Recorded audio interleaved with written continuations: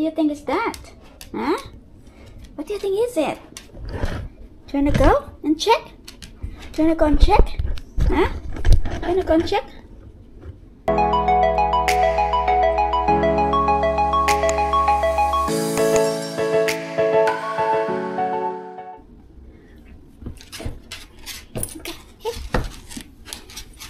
Okay guys, may dumating pong dalawang package for Mello. Oh, for Mello. She is sniffing on it. So dumating po lahat ng mga packages namin today. Huh? What do you think is this? Huh? So, titingnan natin kung ano to, ha? Kasi, if you recall, nung dinala ko siya sa groomer and pinatingnan po namin siya sa vet, it sounds na Mello has the allergy in her ears. So, kasalanan namin yon kasi alam mo naman tayo mga Pilipino, mahilig tayo magbigay ng mga tira-tira or magbigay ng mga leftover natin sa table sa ating mga aso. Usually, we give her pagka may tirang rice si Zoe, binibigay niya kay Mello. Then ako, I blame myself kasi binibigyan ko siya ng toast. So, allergic po si Mello sa mga carbs. Anything na carbs. Bawal po sa kanya talaga. Kahit na siguro sa lahat ng aso. So, hindi po pwede kay Mello ang mga carbs. Bawal po sa kanya ang mga table food. Yup. So, pinalitan po namin ang diet ni Mello. So, Costco po ang lahat ng brand na ginagamit namin ngayon for her. Kasi, di ba? Kasi we love Mello so much. Nangangati po yung tenga niya. So, bawal po sa kanya. Then, tumataba si Mello. So, naka-diet na po si Mello. We have a plan, meal plan para sa kanya. Bawal na ang mga pasingit-singit ng mga kung ano-ano binibigay ko sa kanya. So, I'm guilty. So, bubuksan natin yung package na dumating. Okay. Oh my God. So, dumating yung produkto galing sa aking trabaho. But Mello is so excited to see ano ang dumating na para sa kanya. Hey, get out in there. Ito kasi ang binigay ko sa kanya. So, nagustuhan niya po to. Itong plates na to. Ayan o, gustong-gusto niya o. So, ito ay Kirkland brand, galing sa Costco. Maliit lang siya, but it is chewy.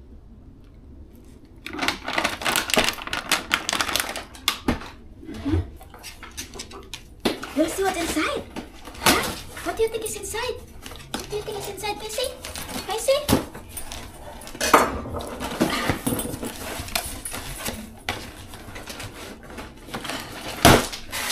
Mahal na ang budget ni Mello. Mahal. Sobrang mahal.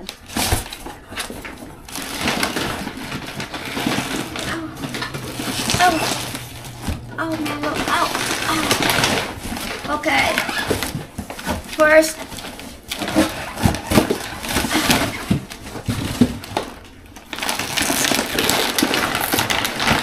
this is her food.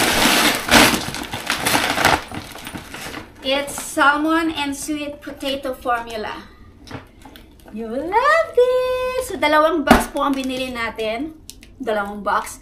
Dalawang 50 pounds ang binili natin for her. Kasi, yung isang bag, dadalhin namin sa kanyang boarding. Then, whatever's left over, babalik namin dito sa bahay. Yung isa is reserve. Okay?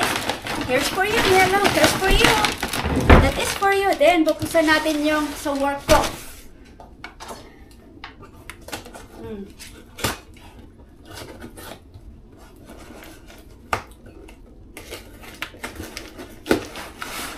Yung trabaho ko talaga is tumawag sa akin yung CEO ng company today. Sabi niya, kamusta na daw ako? At sinabi ko na kung ano yung concern ko. Alam niya yata kasi I've never sold less before. So, ngayong buwan lang. So, tinatanong niya ako kung anong pwedeng maitutulong ng company, mga ganito, ganito. At isa pa pala ha, I am invited to an annual banquet party sa company ko. Last year, I won the rookie Rookie of the Year. Then, itong year na to, I don't know if I ever win kasi I'm always stressed out at hindi ko alam ang numbers ng ibang mga rep. But last year, I won the Rookie of the Year. This year is my second year, so I was invited to the event. It's gonna be a 2 days event. So, mayroon po kaming banquet night. Doon po lahat, binibigay lahat ng mga award. And I'll be meeting same faces of people, pero mayroon silang mga new rookies na hinire. So, I'll be training them. And lilipad ako ng pagbalik namin ng galing sa Pilipinas, I'll spend 2 weeks na mag-ikot-ikot sa mga customers ko. Then the week after that, lilipad ako ng Georgia. So, tingnan natin kung kaya ng jet lag pa. Kung may jet lag pa ako dyan. Okay, so meron ako nito. Ito ay calcium blaster. Yung mga rusted na mga pipes, kung mga ano-ano, ito pong ginagamit natin. De-icer. So, kung nagpo-frozen po ang mga windshield, ito pong ginagamit natin. But it is also a preventive one. So, I can spray this the night before para pagka kinabukasan yung windshield ko ay hindi na siya mag-freeze. Then, I can also spray this sa mga keyholes, sa mga key holders, sa mga doorknobs, anything that are exposed sa outside na mag-freeze at maglalak. This is a preventive and this is a de-icer. So, I'll get two. Bigay ko ang isa sa anak ko para na gamitin niya pagka sa sasakyan niya pagka lumabas siya ng work at nag-frozen yung windshield niya para na hindi mo na painitin yung sasakyan mo. So, ito na lang siya ang gagamitin. Then, I like our how can I say? Air freshener. Yung air freshener namin ay sobrang ganda ng amoy. I have 7 scents of this. Kaso minsan pinamimigay ko sa mga customer ko. So, lalo na ang bahay ay kulob. So, minsan, hindi mo maiwasan na pag hindi mo binuksan ang bahay, wala kang except na ano, minsan nag-aamoy kulob yung kwarto, sa mga socks natin, kay Zoe, yung kwarto ni Zoe, dahil nandun ang turtle. So, I spray this one. It is called Totally Dry. It won't leave any streak, won't leave any residue sa inyong mga surfaces or furnitures. Ito, I don't know if you will relate, pero ito ay cool chill.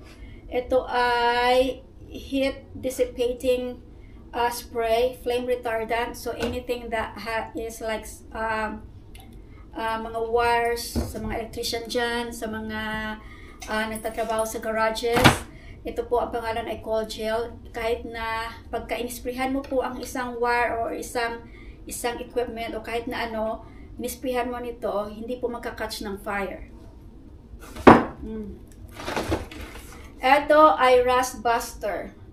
No, ito pala ang isa is calcium blaster, which is yung mga sink nyo na nag-accumulate na mga lime, kung ano pa dyan mga minerals sa sink pagka wala kayong mga softeners sa inyong bahay. This is a very good product, a calcium blaster. So lahat po ng mga hospitals, schools, yung mga bathroom minsan, di ba? Nililinis mo, calcium blaster po ang ginagamit natin para po mawawala yung build up sa mga tiles, sa mga yung ring sa toilet bowl, mawawala po yan, or sa faucet, ganon. Then ito ang rust buster, ito yung sinasabi ko ng mga rusted pipes. I-sprayhan mo lang siya, then all of the rust will crack up and dissipates. Yan. And ito po ang ating air tags. Air tags, marami siyang scents. Pero ano lang ang in-order ko kasi I wanna put this in our cars, especially ngayong winter. Lalagay ko siya sa sasakyan para mga moy bago ang sasakyan natin. Yan guys, ang ating at the same time, meron mga pang spray paper dito.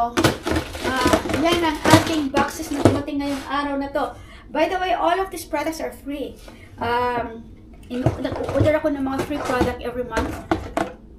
And some of them I use in my house. Yan lang ang benefit sa akin kasi lahat ng mga ginagamit ko dito sa bahay ay libre sa mga cleaning stuff ko.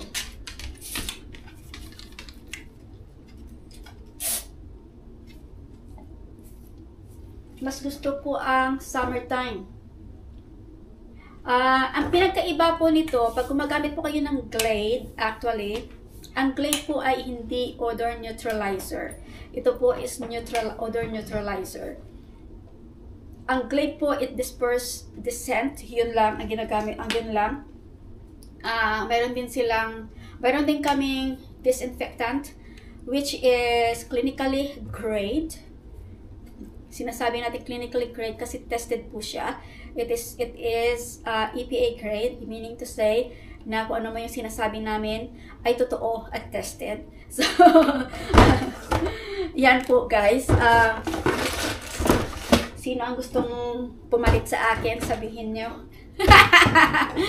So, invited ako, may flight ticket at saka may hotel reservation na ako sa January. And every time I plan to leave the company, something happens. There's something new. There's always like a little bit of a stretch na I can still work with the company. Yung mga tinatinalam. So we'll see ang puso ng ating trabaho. But alam na ng may-ari ng company na I am on a PTO. Which is great. Hindi siya naka-react. Sabi niya lang, okay, okay. Yan. So, actually today, I saw 2 buyers. So, medyo natagdagan ang benta natin. Mga kulang-kulang 2,000 ang benta natin today. But, I still need, malaki pa rin ang aking ika-catch up. Pero, at least, alam ng company na mawawala ako ng 2-3 linggo. So, alam na may-ari. So, wala akong iisipin na baka mamaya, Pero, I have to weigh everything. So, nagtatanong ano po yung sinasabi kong nagmumuni-muni. Yung muni-muni po ay hindi ko alam kung sa Bisaya lang po ba yun o sa Ilonggo. Yung parang kang naiisip na parang you weigh things up. So, iniisip ko ano yung magiging move ko. Iniisip ko kung sa anong company ang a-applyan ko. Iniisip ko kung kailan ba ang timing na magbibigay ako ng 2 weeks notice if I ever leave the company. Kung talagang mag-resign ako. Ganun po ang sinasabi ko, nagmumuni-muni. Talagang pinag-isipan po lahat. But, guys, few days away. And, papakita ko sa inyo. By the way, guys, did you ever know na pwede kayong mag-request ng Philippine Money sa Chase Bank? Chase po yan. Chase. So, this is new to me. Hindi ko alam. But, we requested requested the Filipino money sa Chase Bank para pagdating po. Kasi naalala ko yung anak ko, pagdating niya ng airport, sarado yung mga currency exchange. So, although na may dala kaming dollars bill na gagamitin na pampalit doon, naalala ko yung anak ko, sabi niya, the currency exchange is closed sa airport. So, naisipan ko, paano pagkasarado pala ang currency exchange pagdating namin ng Pilipinas? Wala kami pambayad kahit sa pang-taxi lang namin, diba? So, Chase, dahil Chase po yung bangko namin. Guys, oh. So, you request a peso. Ang ganda pala ng bagong 1,000 ngayon. Para siyang plastic. Oh, para siyang plastic na may Philippine equal. Ang ganda pala, no? Ayan, no? So, nag-request kami ng peso. Pero, medyo lugi ka ng konti. Kasi, ang rate ngayon, nung in-order siya, ang rate is nasa 58 and few cents. Pero, ito, how can I say? Ang exchange nito ay nasa 53 something lang. So parang nagbawas sila ng mga